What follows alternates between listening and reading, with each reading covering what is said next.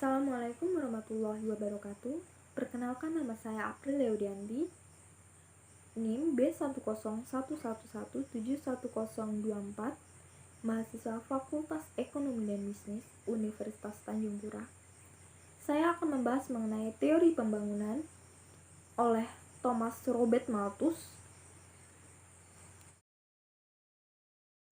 Thomas Robert Malthus berpendapat bahwa proses pembangunan tidak terjadi dengan sendirinya, tetapi memerlukan usaha yang konsisten dari rakyat. Ia tidak memberi gambaran adanya gerakan menuju keadaan stasioner, tetapi yang ditekankan adalah bahwa perekonomian terlebih dahulu akan mengalami kemerosotan beberapa kali sebelum mencapai tingkat tertinggi dari pembangunan. Menurutnya pula, proses pembangunan adalah suatu proses naik turunnya aktivitas ekonomi lebih dari sekedar lancar tidaknya aktivitas ekonomi. Pertumbuhan penduduk saja tidak cukup untuk melangsungkan pembangunan ekonomi. Malahan, pertumbuhan penduduk adalah akibat dari proses pembangunan. Pertumbuhan penduduk akan meningkatkan kesejahteraan hanya bila pertumbuhan tersebut meningkatkan permintaan efektif. Proses akumulasi modal merupakan faktor yang paling penting bagi pembangunan ekonomi.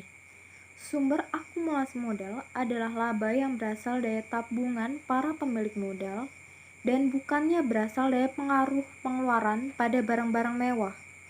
Jika pengeluaran untuk konsumsi dikurangi, justru perekonomian akan melamban. Malthus memiliki beberapa saran untuk pembangunan ekonomi. Pertama, adanya pertumbuhan berimbang antara sektor industri dan sektor pertanian. Kedua, harus adanya upaya untuk menaikkan permintaan efektif dengan cara pendistribusian kesejahteraan dan pemilikan tanah secara adil. Ketiga, perlunya melakukan perluasan perdagangan internal dan eksternal. Contohnya, di negara berkembang, masyarakat bukannya terbilang malas, tetapi kepemilikan tanah subur yang luas dikuasai oleh segelintir kalangan yang terdiri dari sejumlah tuan tanah.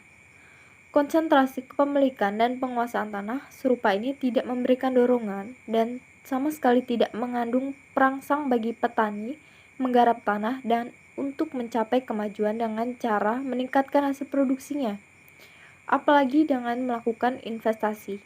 Hal ini dikarenakan sebagian besar hasil produksi tanah dinikmati oleh tuan tanah. Demikianlah pemaparan teori mengenai pembangunan ekonomi oleh Robert Malthus. Saya akhiri. Wassalamualaikum warahmatullahi wabarakatuh.